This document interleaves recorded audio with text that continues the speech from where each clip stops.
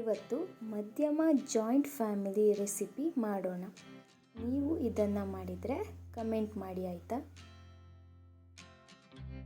ಪ್ಯಾನ್ಗೆ 1 ಸ್ಪೂನ್ ಎಣ್ಣೆ, 5 ಕರಿಬೇವು, 2 ಚಿಕ್ಕದಾಗಿ ಕಟ್ ಮಾಡಿರೋ ಹಸಿಮೆಣಸು ಹಾಕಿ ಫ್ರೈ ಮಾಡಿ.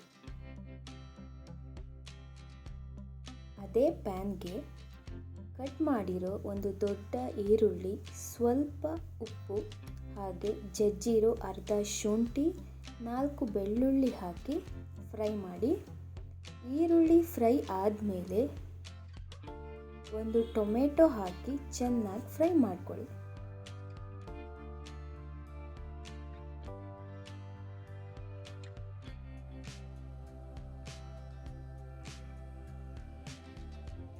ಈಗ ಅರ್ಧ ಸ್ಪೂನ್ ಗರಂ ಮಸಾಲ, 1/4 ಸ್ಪೂನ್ ಅರಶಿನ, ಅರ್ಧ ಸ್ಪೂನ್ ಖಾರದ ಪುಡಿ ಹಾಕಿ 30 ಸೆಕೆಂಡ್ ಫ್ರೈ ಮಾಡಿ. ಆದಮೇಲೆ ಇದರ ಮೇನ್ ಇಂಗ್ರೀಡಿಯೆಂಟ್ ತುರಿದಿರೋ ಕಾಯಿ ತುರಿ ಹಾಕಿ 2 ನಿಮಿಷ ಫ್ರೈ ಮಾಡಿ.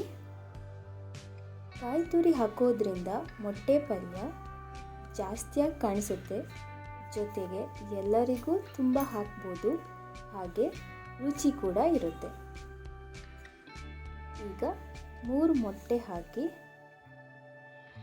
ಅದರ ಮೇಲೆ ಸ್ವಲ್ಪ ಕಾಳುಮೆಣಸಿನ ಪುಡಿ, ರುಚಿಗೆ ಬೇಕಾದಷ್ಟು ಉಪ್ಪು ಸೇರಿಸಿ ಚೆನ್ನಾಗಿ ಫ್ರೈ ಮಾಡಿ.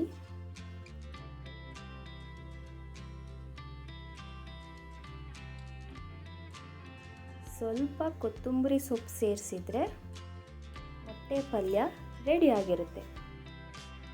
ಹಾಗೆ ಲೈಕ್, ಶೇರ್, ಸಬ್ಸ್ಕ್ರೈಬ್ ಮಾಡೋದನ್ನು ಮರಿಬೇಡಿ. Thank you.